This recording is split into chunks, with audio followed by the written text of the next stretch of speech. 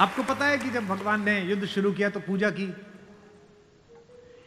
राम ने कहा जामवंत से, जामवंत सबसे सीनियर हैं, वो भी ब्रह्मा जी के पोते हैं, रावण के दादाजी के दोस्त हैं, पुलस्त्य मुनि के नाना के।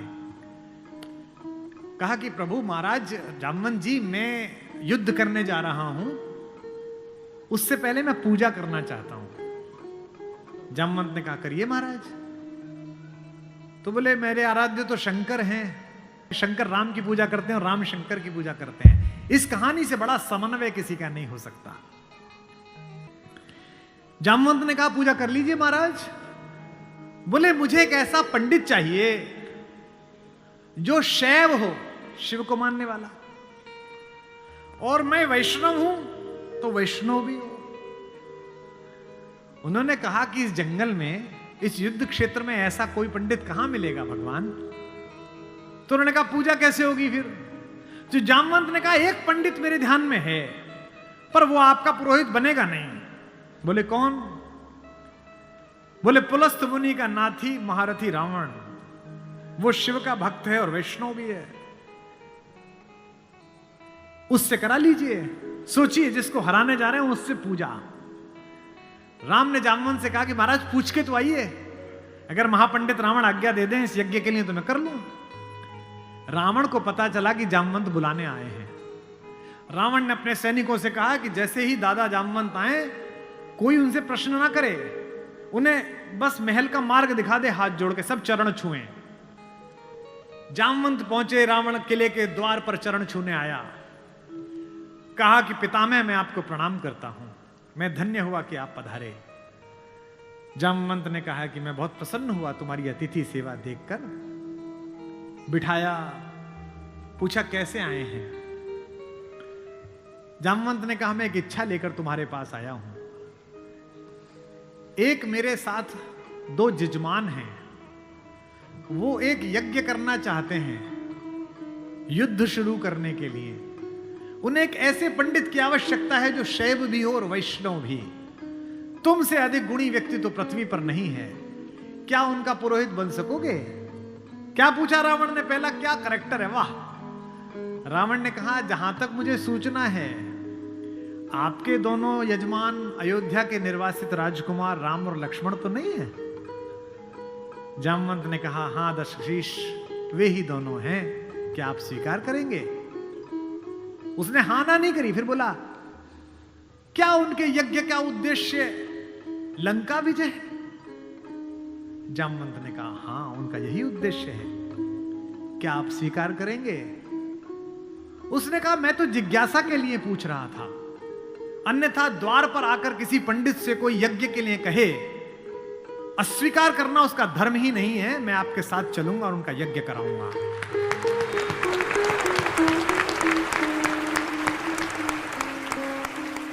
जामवंत ने कहा कि क्या मुहूर्त निकला। उसने नवग्रहों को बुलाया, बोले इधर बैठ, तू इधर बैठ, तू इधर बैठ। वो तो अपने ही हाथ में था, तू मिनिस्टर ऑफ स्टेट, तू फुल कैबिनेट। बता कितने बजे। बोले जी सुबह 5:30 बजे ब्रह्म मुहूर्त में, जिसमें हम पैदा हुए। तो उसने कहा ठीक है 5:30 बजे का मुहूर्त निकला, मैं 5 बजे आ जाऊंगा। जामवंत ने कहा आचार्य हो गया अब तो रावण। आचार्य पूजा के लिए क्या व्यवस्था करनी है, क्या सामग्री लाऊं। उसने कहा आपके यजमान, मेरे यजमान जंगल में हैं, अगर यजमान के पास पूजन सामग्री ना हो तो पंडित का धर्म बनता है कि वो पूजन सामग्री लेके आए, तो मैं लेके आऊंगा। उसने अपने पुत्र मेघनाथ को जगाया, इंद्रजीत को, और कहा बेटा अशोक वाटिका जाओ, अशोक वाटिका जाओ और सीता से कहो मैं उसे मिलना चाहता हूं, एक विशेष प्रयोजन है। थोड़ी देर बाद खुद पहुंचा और कहा सीते तुम्हारा पति राम लंका विजय का यज्ञ कर रहा है, उसके पास पुरोहित नहीं है, कल सुबह मैं उसका पुरोहित बनूंगा। लेकिन एक विवाहित व्यक्ति की पूजा अधूरी है अगर उसकी पत्नी उसके पार्श्व में ना बैठे। क्योंकि तुम उसकी पत्नी हो तो सुबह ये इंद्रजीत रथ लेकर आएगा, तुम स्नान करके नया वस्त्र पहनकर इस रथ में बैठ जाना, क्योंकि मेरे यजमान की पूजा पूर्ण होनी चाहिए, मैं अपूर्ण पूजा का पुरोहित नहीं हूं। और कहा कि तुम्हारी लंका से मुक्ति केवल पूजा तक की है, पूजा होते ही उठना और इसी रथ में वापस बैठकर अशोक वाटिका में आ जाना। क्या तो सीता, क्या राम और क्या रावण, क्या कहानी है ये। सुबह यही हुआ, शिवलिंग की स्थापना हुई, बालुका की मृत्यु से एक विग्रह बनाया राम ने अपने ओजस्वी हाथों से। राम आजानुबाहु हैं, घुटने तक हाथ आते हैं उनके, ये पुरुषोत्तम का लक्षण है। महाराणा कुंभा वे भी आजानुबाहु थे। कभी कुंभलगढ़ के किले में जाइए, 3 फीट का शिवलिंग है, नीचे बैठ के अपने ही हाथ से लोटे से रुद्राभिषेक करते थे बिना उठे। वे भी सूर्यवंशी थे। राम आजानुबाहु थे, उन्होंने अपने बड़े बड़े हाथों से शिवलिंग तैयार करा। धोती पहने हुए, तिलक लगाए हुए तेजस्वी रावण पहुंचा। राम और लक्ष्मण ने आसन से खड़े होकर अपने पुरोहित को प्रणाम करा। आचार्य, मैं दशरथ का पुत्र राम अपने छोटे भाई लक्ष्मण के साथ आपको प्रणाम करता हूं। दोनों ने पैर छुए रावण के और कहा कि आचार्य आसन ग्रहण करिए। आचार्य ने पूजन प्रारंभ किया। ओम गणपति गंगावाय। अब ये कि पत्नी कहां से आए? आचार्य ने पूछा राम से। मेरे यजमान विवाहित है? राम ने कहा हाँ आचार्य मैं विवाहित हूं। अपनी धर्म पत्नी से कहिए कि वो आपके पार्श्व में आकर बैठे। राम ने कहा आचार्य मेरी धर्म पत्नी मेरे साथ नहीं है। तो जामवंत ने कहा आचार्य अब पूजा कैसे होगी? बोले पितामह मैंने आपसे कहा था कि किसी यजमान के पास अगर सामग्री किसी भी तरह की पूरी ना हो, कोई व्यवस्था पूरी ना हो, तो आचार्य का धर्म है कि वो पूरी व्यवस्था बना के लाए।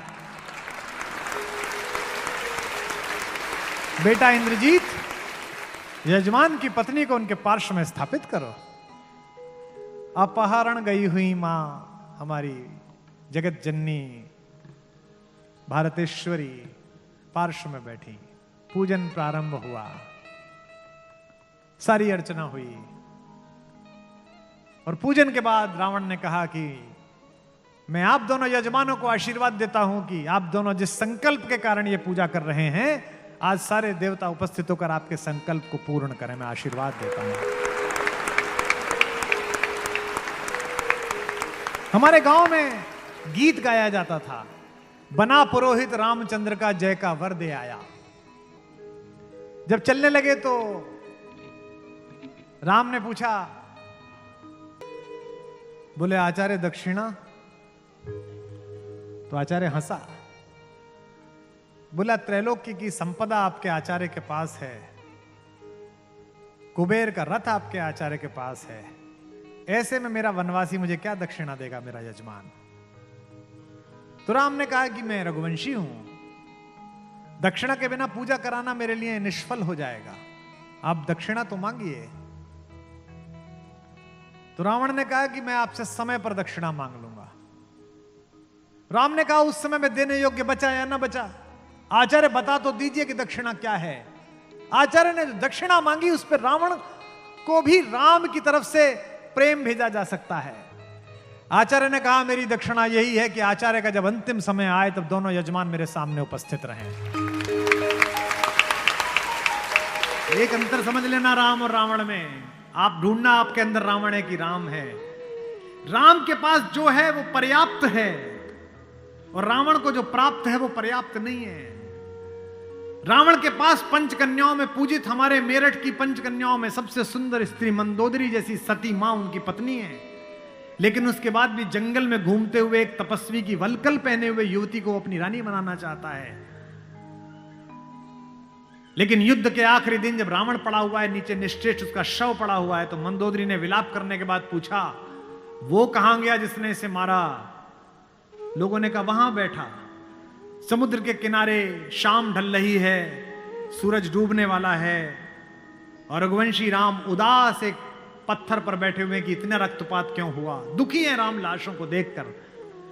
मंदोदरी गई, कमांडो खड़े हुए हैं उनको रोकने के लिए, लेकिन देखा कि माता मंदोदरी आ रही है तो पुलिस वाले हट गए, वानर हट गए, पीछे से पहुंची। चिंताग्रस्त राम ने अचानक एक स्त्री की छाया देखी जो पैर के आसपास आ रही है। राम सचेत होकर उठे और पलटकर कहा कि देवी मैं आपको प्रणाम करता हूं, इस निर्जन रण क्षेत्र में आप कौन हैं?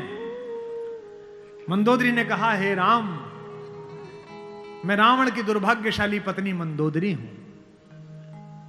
राम ने कहा, मां मैं आपसे क्षमा चाहता हूं, आपका पति बड़ा तेजस्वी था, महाज्ञानी था, उच्च कुल में पैदा हुआ था, ब्रह्मा का वंशज था, लेकिन उसने अनीति की थी इसलिए मुझे उसको मारना पड़ा। मैं आपके इस शोक के लिए क्षमा चाहता हूं। मंदोदरी ने कहा, मैं इसलिए नहीं आई कि मैं तुम्हें कोसूं। राम ने पूछा, फिर किस लिए आई मां?